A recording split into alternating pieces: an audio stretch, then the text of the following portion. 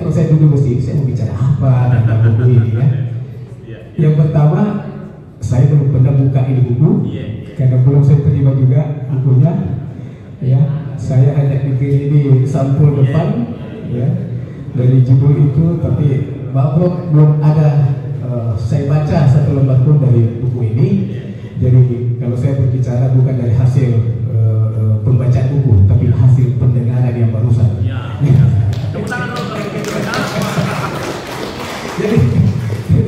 Jadi dari judul saja saya sangat tertarik ya, karena biasanya itu Prof ya, kalau judul itu kita buku itu kalau kita membaca kalau ada daya tarik dari judulnya supaya ada minat untuk membacanya. Nah, saya melihat dari buku ini tuh sudah, karena mungkin beliau orang sastra ya, dan saya anggap ini adalah lebih banyak sastra filsafat ya, makanya beliau panggil Pak Moem ini ahli filsafat ya, dan Pak Andi Amar ini kan pakar filologi.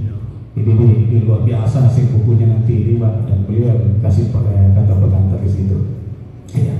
Jadi saya paling mudah kayak sini Pak, paling mudah 92 di Unhas dan saya 91 di YPP ya, ekonomi di YPP, sastra di Unhas, hukum di UNI. Jadi tapi itu hanya untuk mengisi kekosongan aja sebenarnya ya. Saya begini karena Pak Prof Andi Hamad ini, beliau yang ospek saya, termasuk Ganda Semarang ini, beliau ospek saya ini. Jadi saya datang di sini karena ditelepon, tapi saya tidak lihat orangnya ini, karena Rahman Shah. Beliau yang telepon saya, dan saya pikir saya harus hadir karena beliau adalah ketua ospek saya waktu saya baru masuk.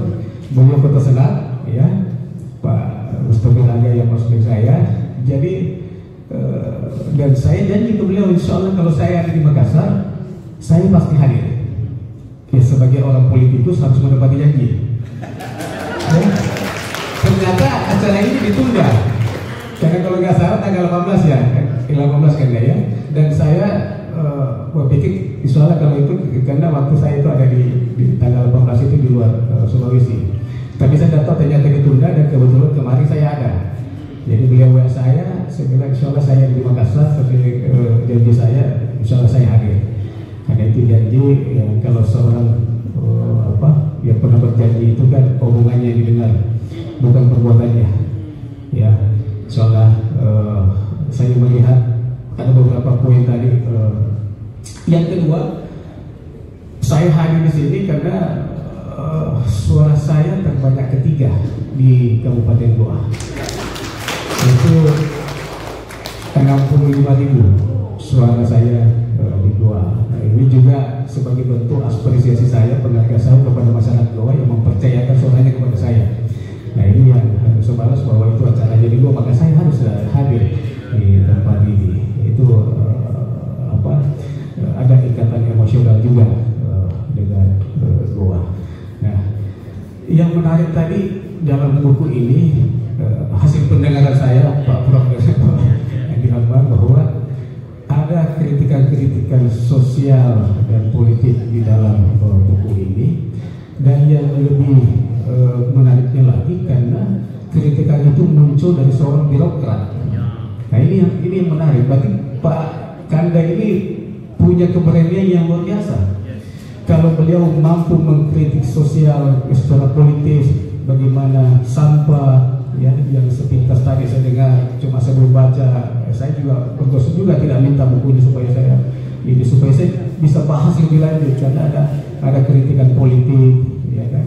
Nah, dari ada tadi gratis, saya tidak tahu apanya yang gratis ya, apakah pendidikan gratis, apakah kesehatan gratis ya, atau persoalan MBG yang lagi naik daun sekarang ya, makanan bergizi gratis ya. Mudah-mudahan ini bisa berlanjut, asal jangan menjadi makanan berbahaya gratis ya. Ini yang dikhawatirkan ya. Nah, itu yang poin-poin tadi yang menarik saya kira. Dari ada beberapa yang saya sempat catat tadi ya, termasuk masalah Pak Oga, polisi tidur ya, antrian di Tanah Mija. Ini fakta, ini realitas yang kita alami sekarang ya. sampah. Saya waktu kemarin rapat kerja, saya sudah mengatakan bahwa Sulawesi Selatan ini sudah masuk dalam kategori darurat sampah. Ya, kalau kita lihat bagaimana di atas, saya tidak tahu bagaimana di Goa, mungkin Pak Ustadz Raga ini mengambilnya kasusnya di Goa. Tapi memang ada yang salah dalam pengelolaan sampah kita, Prof. Ya, karena saya masuk dalam tim perancangan undang-undang perubahan iklim, ya, saya ke Jepang untuk studi referensi. Nah, saya selama di Jepang, ke 1 minggu di Jepang, ada hal yang menarik saya lihat. Nah, ini mungkin bisa jadikan Pak Ustadz nanti di Goa ini. Di Jepang itu tidak pernah saya menemukan yang namanya tempat sampah. Ini kan aneh. Tapi kalau kita, tempat sampah ada di mana-mana, tapi sampahnya bertebaran di mana-mana juga. Nah, ini kan lucu. Kalau di Jepang, saya selama di sana tidak pernah menemukan tempat sampah. Sampai kita merasa risih, kita ada sampah, akhirnya apa? Sampah itu dikantongin. Ya. Nah, saya menganggap bahwa orang Jepang menganggap kalau ada kita siapkan tempat sampah, maka orang memikirkan gampangnya membuang sampah. Jadi bagaimana mendisiplinkan orang Jepang di dalam membuang sampah. Nah, berbeda dengan kita. Ya, kalau kita lihat kanal yang mungkin juga di sini di Makassar, itu malah jadi tempat pembuangan sampah. Ya kan? Kasihan juga kita lihat sebenarnya karena persoalan kedisiplinan, ya, persoalan moral, kita bermasyarakat, ya, tidak ada kesadaran untuk itu. Ya. Dan akhirnya apa? Ya, itulah realitas yang kita hadapi sekarang, termasuk di dalam masalah politik. Nah, ini. Di dalam pendidikan juga ada, pasti dibahas di sini juga. Beliau kan sekdis, itu yang saya bilang berani beliau ini beliau sudah cocok untuk jadi pemimpin di Goa ini. Ya, kalau jadi pemimpin di sini bupati lebih bagus setelah pensiun. Tapi beliau sudah menampakkan itu, Pak. Kalau beliau sudah mempunyai jiwa kritik sosial di dalamnya, maka pasti ada solusi yang bisa beliau berikan untuk daerah ini. Ya kan? Beliau seorang birokrat. Aturan-aturan pasti beliau tahu. Ya kan? Tinggal bagaimana mengimplementasikan, ya, kepada masyarakat kita. Di dalam dunia pendidikan, tadi disinggung rapuhnya dunia pendidikan. Ya kan? Bayangkan kalau dunia pendidikan rapuh di tengah gelombang, di tengah digitalisasi, ya, luar biasa ini, pasti ada tanda tanya besar. Ya, apa yang salah di dalam dunia pendidikan kita? Saya dulu, Prof, selalu percaya bahwa kalau mau melihat hasil yang bagus, maka serahkan pada ahlinya, betul Pak? Ya. Tetapi di Indonesia ini berbeda. Seorang menteri pendidikan bukan profesor, ya. Seorang menteri kesehatan bukan dokter. Jadi kalau mau melihat kehancuran, maka serahkan itu kepada yang bukan ahlinya. Dan itulah yang terjadi di Indonesia. Lain ini kalau gini. Ya, tapi itu adalah fakta kita. Coba dalam pendidikan kita, Pak, bagaimana? Kenapa korupsi merajalela? Korupsi itu kan bukan persoalan orang kekurangan, dia banyak keinginannya kemudian dia mengambil uang, tidak. Tapi hanya persoalan moral. Kenapa persoalan moral? Ya. Tidak ada lagi pendidikan mulai dasar itu. Pancasila mulai dihilangkan. Pendidikan moral di situ tidak ada. Ya. Kurikulum itu sudah tidak berbasis lagi kepada untuk peningkatan wawasan wawasan kebangsaan kita, itu sudah hilang. Jadi saya melihat bahwa memang ada kurikulum ini harus kita ubah. Ya, kita harus bagaimana mendisiplinkan, karena persoalan disiplin aja. Ya. Kalau istilahnya apa itu ya? Saya kalau memberikan masuk ke sekolah-sekolah, saya bukan menyuruh orang untuk tidak belajar. Belajar itu kewajiban. Ya. Kepintaran itu kalau orang belajar pasti pintar, karena Allah tidak menciptakan orang bodoh. Iya Prof ya, nggak ada orang bodoh itu di dalam istilah itu. Selama orang bisa membaca, bisa menerima ilmu, insya Allah pasti dia akan pintar. Dan takdir itu sudah ditentukan. Nasib yang harus kita ubah. Ya, kalau takdir kita tidak pernah, saya tidak pernah bermimpi juga untuk menjadi seorang anggota DPD. Ya, tetapi kan itu jalannya, kita berusaha di situ. Ya, kan nggak ada mimpi untuk menjadi anggota DPD. Ya, begitu juga beliau ini yang mungkin waktu masih kecil tidak pernah bermimpi untuk jadi profesor. Tapi ada jalannya, dan mungkin takdir itu sudah ditentukan bahwa seorang Andi Hambar akan menjadi dekan di Fakultas Ilmu Budaya. Ya kan? Dan itu jalannya, karena kalau dia jadi pengusaha tidak mungkin jadi dekan. Walaupun dipaksakan kan tidak mungkin. Itulah takdir. Betul Prof ya? Itulah takdir. Ada jalannya. Makanya Allah mengatakan bahwa Allah tidak akan merubah nasib seseorang kalau bukan manusia itu sendiri mengubahnya. Karena dia sudah tentukan takdir kita semua. Ya. Jadi saya tidak berbicara banyak dalam ahlinya sudah membedah buku ini, apalagi Prof. Andi Hambar itu sudah menguliti betul kata per kata kalimat ya.